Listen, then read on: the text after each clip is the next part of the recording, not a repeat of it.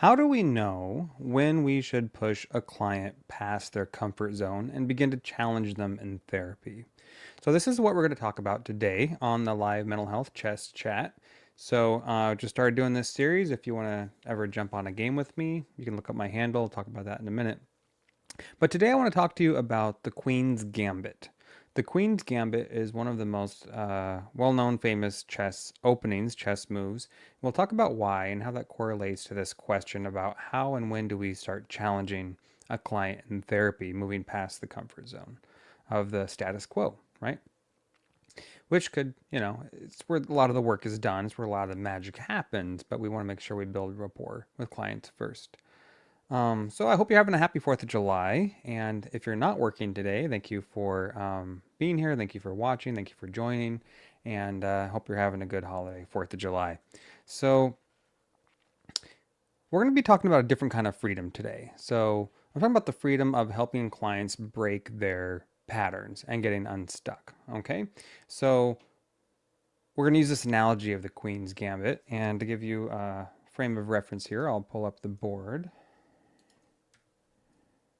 Okay, so this is a chessboard, and the Queen's Gambit is basically, just for reference, a series of moves where you try and take the pawn in front of the queen and you move it up a couple spaces, right? Because the goal is to get control of the center of your board.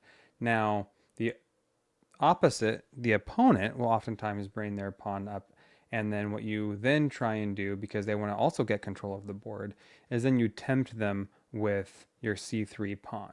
This is your c3 pawn. You bring this up, and then if they try and take your pawn, then you are able to bring up your other pawn, and you get control over center of the board.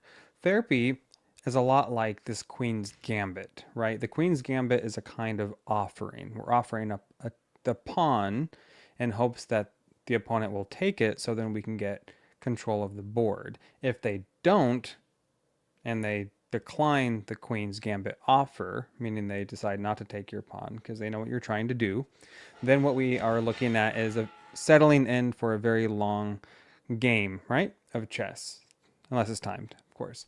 But therapy is a lot similar to that, in the sense that when we feel like we've built rapport with the client, when we feel like they trust us and they feel safe, which is the goal, right, as a therapist, is not to rush them. But when we feel like they're in a safe space to really connect with us, our goal is then to challenge them a little bit outside of their comfort zone and see if they take the gambit, right? So an example would be like you've been working with a client for several sessions, somewhere between 6, 10 sessions, something like that. And then you make an observation, a challenge, but an observation like, hey, Sue, I've noticed that you never talk about your dad. Why is that? Right? It's a gentle challenge, but what you're doing is you're making that gambit offer to the client. And now they have to decide whether or not they're going to be okay risking their sense of safety, risking their sense of control, risking their sense of vulnerability, right? Becoming more vulnerable in the therapy session because they trust you, right? And hopefully they do, because that's where that's where the magic really happens in therapy, is when they decide to bring down those walls. And as a therapist, we're doing our job, which is to not push them. And if they accept the gambit offer, meaning that they decide to talk about the deeper issues that they've been skirting around, right? Less superficial stuff. Then our job is not to fix it. Our job is not to try and make it all better. Our job is to validate, right? Thank you. And by validate, I mean like, thank you, Sue, for sharing that. That must be very difficult for you, right? We're acknowledging that what they just did by accepting our Gambit offer was a token of appreciation to us because they feel safe, but it's also a very scary move for them. So we never ever want to take that granted. And as therapists, that's very easy to do sometimes when we're very used to working, day in, day out with clients with difficult situations. For us, it's not scary, but we have to remember, for the client, to be the client is very scary to open up like that. It's a scary move, right? But we also have to respect their decision to decline. So if they decline our Gambit offer, then we have to respect their decision, and we would say something to the effect of, okay, so you're not ready to talk about that now. What would you like to discuss today? Right? We're not shaming them, we're not judging them, we're not pushing them, right, for not being ready to talk about it. So very, very important that we give them their space and we can circle back to it. But much like a chess game, we are then just in our mind saying, okay, we're going to settle in for a nice long game of chess here. And that's oftentimes what therapy is about, right? It's not a one size fits all. We talked about this in the last chess chat. It's not 6 to 8 sessions of CBT and we're done.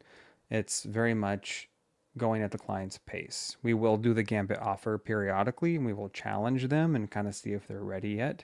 But we have to be very careful that we don't outpace them. We don't push them too far out of their comfort zone when they're not ready, because then what happens is they will just self-terminate and they'll decide that they don't want to do therapy. So that's off. And then we lose the opportunity to really help them. So hopefully that's helpful. I wanted to bring that up and just remind you that there's a lot of analogies between chess and therapy. As we're talking about the art of therapy, it's very important that we touch on these things. Okay. So if you would like to learn more about the starting points and the nuances of starting therapy, I have a free handout as the intake assessment template you can use, but specifically the video I'll link up to at the end here, or in the end card, or the card that pops up there. I'll make sure I put a link in the description as well of my how to conduct an intake assessment video. Kind of walks through the way I think about this rapport building in the first session with the client. But really, the rapport takes as long as it takes, but it's usually the first 6 to 10 sessions before you start doing that heavier challenging. Typically, every therapeutic relationship is different. Some clients are more ready to deep dive than others jumping in. All right, so I'm going to try the Queen's Gambit here, and we're going to see if this opponent falls for it, assuming that they let me be white. So I'm on chess.com. If you are online right now and you want to jump on a game with me, all you have to do is look up my handle, which is Mental Fix LCSW, and help if I spy. That's right. And there I am. So Mental Fix LCSW. You can always challenge me to a game there. Okay. But we're going to start off. I'm going to try the Queen's Gambit, and we're going to see if they actually fall for it. So just a reminder, a Queen's Gambit is, in the therapeutic term, means that we are then challenging the client to address something that maybe they have not brought up in session, but as we've been observing them share, we are now bringing it to light. Give them the opportunity without pushing too hard, right? Because as therapists, we can make challenges, we can make observations, we don't give advice, and we don't push our clients beyond a reasonable amount before they're ready, right? We do challenge them as there's a difference, okay? So let's try the Queen's Gambit. I am going to start a new game. New 10-minute game, play, start game. All right. Random opponent, here we go. So I'm going to try the Queen's Gambit. Let's see what happens. See if he falls for it. I don't usually open with the Queen's Gambit, so I'm probably going to lose anyway, but we'll see. If you see a move, you can't help me because that's cheating, so don't drop any hints in the comments, okay? So let me lose on my own right. Okay, here we go. So I'm going to bring that up. And interesting, he decided not to move to the center of the board. Normally, if somebody is... Well, not normally. A lot of the time people go for the center of the board pretty quick. He did what I typically do, and I keep it tight in the center because I'm protecting my king, and I'm just trying to get my bishops out there. But for whatever reason, he decided not to do that, so he didn't take it. So now I pretty much have control of the center of the board. And in order to sustain that, I'm going to bring my queen up here.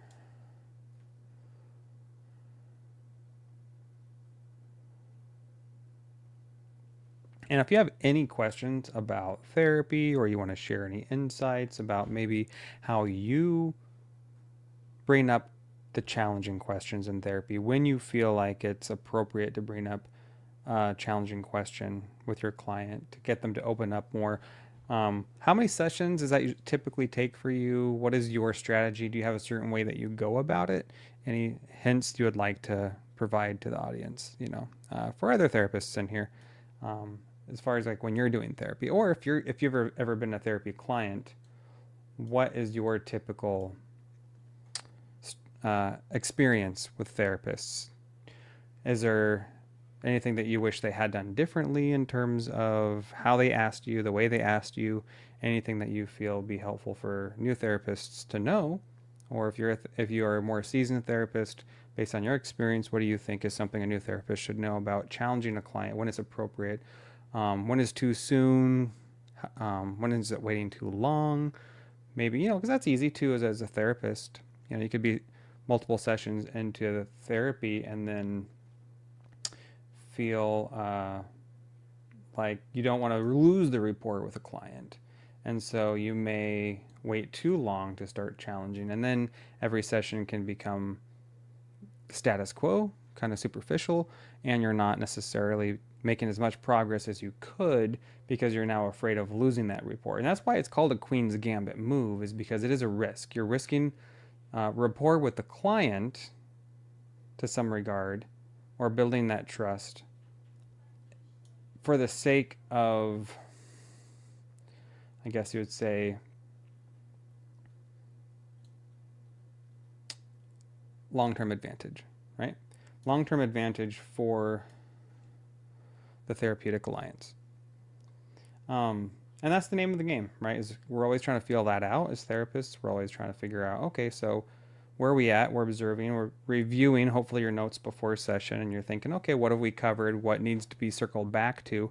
And that is why the intake assessment is so important. If you jump right into therapy and you don't do a thorough intake assessment, you're going to have a bunch of holes in your roadmap. And by that I mean you'll be circling back a lot, and it gets a little hodgepodge if you're not careful. That's why I created the intake assessment template for you as a free download, because it's what I've used for probably 15 years now as a therapist. It's nothing special. It's pretty much what you see on any intake template or whatever EHR you're using. I just like to type it into Word as I go because it's much easier to jump around and find what I need, especially when I'm looking back at my notes. In therapy, say, hey, did we touch on this? Or I could have gone a little deeper on here during intake, but I didn't.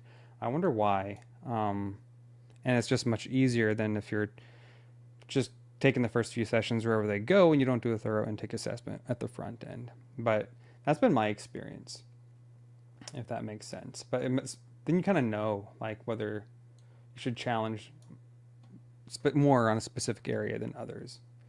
That's what I think. But share with the group. Share what's worked with you on building rapport with clients, or even when you feel like it's appropriate to challenge them, or when you feel like it's too soon. Anyway, that's what's been on my mind today with the Queen's Gambit, as I was thinking about that and how it relates to chess, or therapy relates to chess. A lot of analogies there. So, but yeah, if you're just jumping on here and you want to jump on a chess game with me, you can just look up my handle on here. It's Mental Fix LCSW. This is chess.com. And yeah, this is just a live chess chat. Just having a little fun. 4th of July.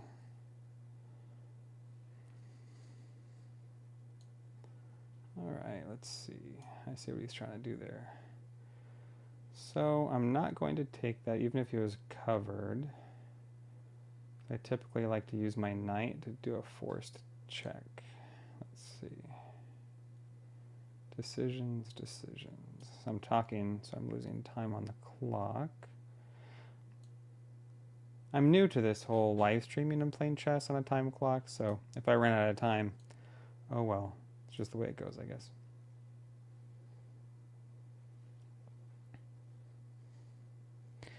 Welcome, Crazy Jack, and Master Ivy, and Master Ivy 19. Thanks for joining us. You can always watch the replay.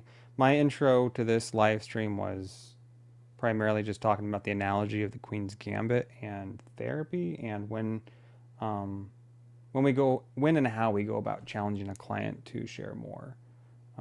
on a deeper level with us versus the status quo. Once you feel like that has been met, that kind of rapport, which is important.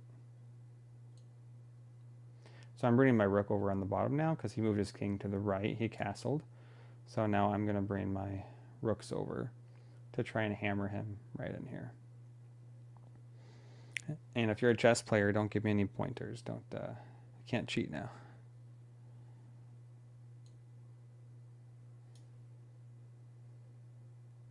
Let's see what he does. He's thinking now.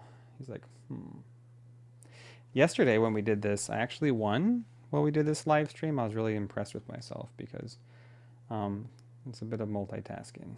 But this is fun. Thought we'd try it out. If there's any topics you would like me to cover here on the Chess Chats live streams, please do let me know. I'll be happy to talk about whatever is helpful for you as a therapist, as a consumer of mental health, anything we can touch on here. I do like to talk about the art and business of therapy here on the Mental Health Toolbox. That's really my jam. But anything that you feel would be particularly helpful, please let me know.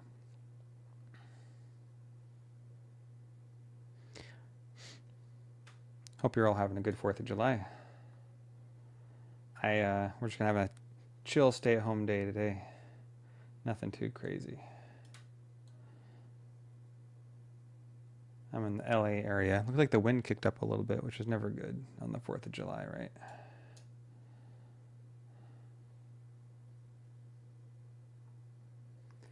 I see. Let's see. What do you think I should do? Let's see. Should I take it? Should I leave it? Decisions.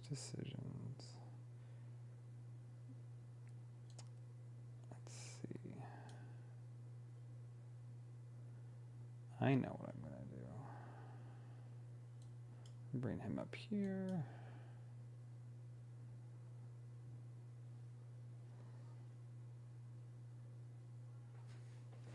All right, I'm going to have to get serious now. I've got 4 minutes left on the clock. So I'm going to bring him over here. And I'm bringing my queen up here to challenge his queen to try and get a foothold on his king here. Oh, I see what he's doing. I figured he would. Now he's going to go right. Oh, no, I just opened up my queen. Oh, that's too bad. I just lost my queen. See? Maybe. No? No. I'm good. We're good. He can't reach that far. We'll see what happens. Hey, Crazy Jack. I notice you're on my live streams a lot. Thank you so much. I haven't been on a live stream in a while. I'm trying to do some more casual ones this last half of this year. Thanks for joining us.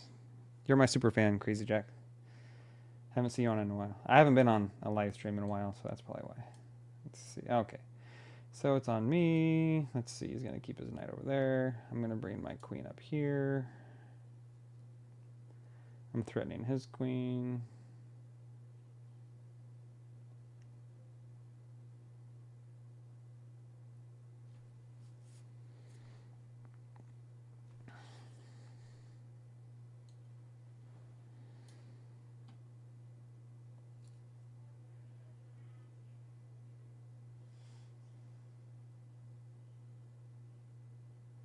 Oh, he's thinking. I got him. It's always good. I got him thinking. So, yeah. Like I was saying yesterday on the live stream, I have recently gotten back into chess. Chess is something I really, really love. I'm not an expert at chess. I'm not a chess professional, but I am a mental health professional. I just really like chess. And I spent a lot of time playing chess as a youth. We had a little computerized chess board thing I would carry around, and that's how I really learned to play for the most part. Had a lot of alone time, living on the road and that kind of thing. So let's see. You know what? I'm going to move right here because my queen is protected by my rook. See that? So he can't put himself in check. Yep. Now I've got him exactly where I want him. Checkmate. You believe we did it? We won again on a live stream. You guys are my good luck charm. I think talking to you helps. Yeah, helps me not stress out. Now, chess is really cool, much like Tetris, right? Tetris, I feel like there's so many life lessons. But chess, because it teaches you how to think several moves ahead, right? Which is very important, like for therapy. When we're working with clients, we're always thinking several moves ahead. and how we, long-term treatment plan. We have strategies and we have tactics. Strategies would be like the long-term strategy treatment plan for the client, which is, fluid, it changes. But then our tactics are the interventions. But it's always in flux, it's always fluid. Therapy is like a chessboard because no game is ever the same and no therapeutic relationship is ever the same. No case is ever the same. It's always in flux and it can go different directions at the drop of a dime, right? You might think it's going a particular direction and then everything shifts. So one of the reasons I love chess is because it really gives me kind of a lens by which I view the world and I view therapy and how we engage clients, right? Because, going into therapy, we might think we have an idea, even after an intake, we might have an idea of what we think a therapy session is going to go look like. But then when we actually get into it, things change, and what we thought, our assumptions oftentimes are proven to be not what we thought. So that's why I love chess. Chess teaches us to think ahead, and it's very much like therapy in that we have kind of the opening, the mid game, and the end game. Whereas the opening would be like the building rapport phase. Middle game is the interventions, the work, the deep work, like we're talking about today, like the Queen's Gambit, challenging the client, going on a deeper level after we have that trust, vulnerability, safety established. And then we get into the end game, and that is more determination and continuity of care planning. So, yeah, a lot of analogies you can draw from chess. Hopefully that was helpful. Check out the freebie. I have a intake assessment template you can grab for free, as well as other mental health resources over at mhtgear.com. That's the short link. Feel free to jump over there, grab some handouts. I also have a full library of resources over. This is my shop. I also have an all access pass if you want to grab that. That gives you unlimited access to all the handouts. I try and add to the library weekly, if not more. So check that out. I have a bunch of freebies here at the bottom, right here. I'll update this too with the new freebies I have. But here's the intake assessment template. Feel free to grab that if you're a new therapist. It'd be super helpful to have some of these tools in your toolbox. And if you have anything you'd like me to address in the next live stream, let me know. Otherwise, take care and have a great 4th of July. Bye-bye.